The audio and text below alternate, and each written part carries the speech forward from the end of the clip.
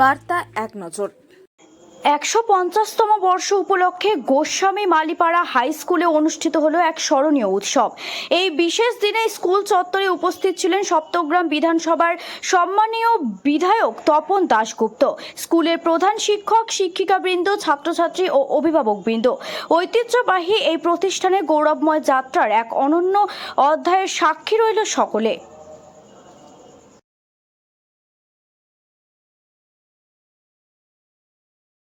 মালিক আছে, নেপু আছে, আমার অত্যন্ত প্রিয় ভাই। এই স্কুলের শ্রদ্ধেয় শিক্ষক শিক্ষিকা কর্মচারীদের জন্যই এত বছর স্কুলটা এখানে চলছে। এই স্কুল আগেও আমি এখানে এসেছি, কিন্তু কোনো প্রোগ্রামে না, একটা খেলাতে আমি এসেছিলাম এখানে, পুরস্কার বিতরণী সভাতে। আর যে অঞ্চলে আমি দাঁড়িয়ে বক্তৃতা করছি, এই অঞ্চল আমার কাছে অত্যন্ত প্রিয় অঞ্চল। এখানকার মানুষ প্রায় প্রতিটি বাড়িতেই ইলেকশনের টাইমে তো ঘুরি, তারপরেও আমি কাজে অকাজে আসি আপনাদের কাছে।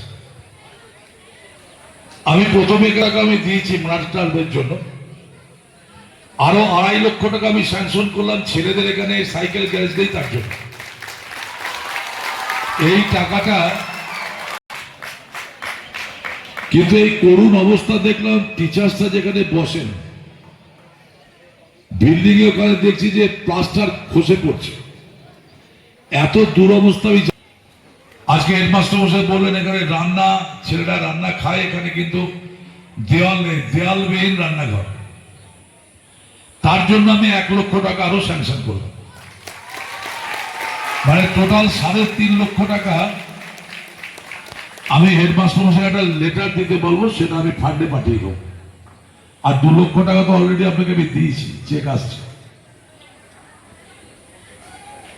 আমি আপনাদের সঙ্গে আছি। আমি আমার ভাই বোনদের জন্য আমি একটা রিকোয়েস্ট করব। আমাদের রাজ্যে সব থেকে অভাব হচ্ছে ডাক্তারের। আর আমরা যখন এসপিদের কাছে যাই, ডিআইজি আইজির কাছে যাই, তখন দেখি যে বঙ্গ সন্তানদের এখানে আইপিএস এর সংখ্যা অত্যন্ত কম।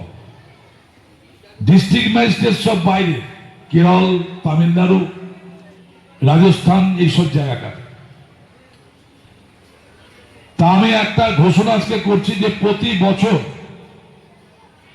প্রতি বছর আমি যতদিন এমএলএ থাকবো, আমি স্টুডেন্টদের প্রাইজের জন্য 1 লক্ষ টাকা করে দেবো, যাতে পড়াশোনার মধ্যে কম্পিটিশন থাকে।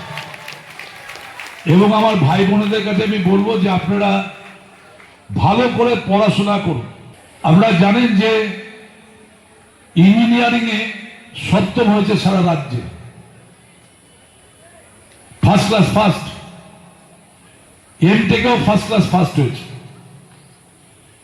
ওকে আমি একটা শিক্ষা দিয়েছি, গুরুজনদের সম্মান করা, গরিবকে ভালোবাসা, আর পড়াশোনাটা ভালো করে করা।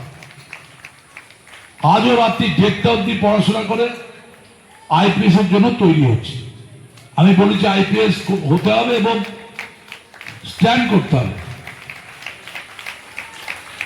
আমি হেডমাস্টার মশাই খুব তাড়াতাড়ি টাকা পাঠিয়ে দিচ্ছি।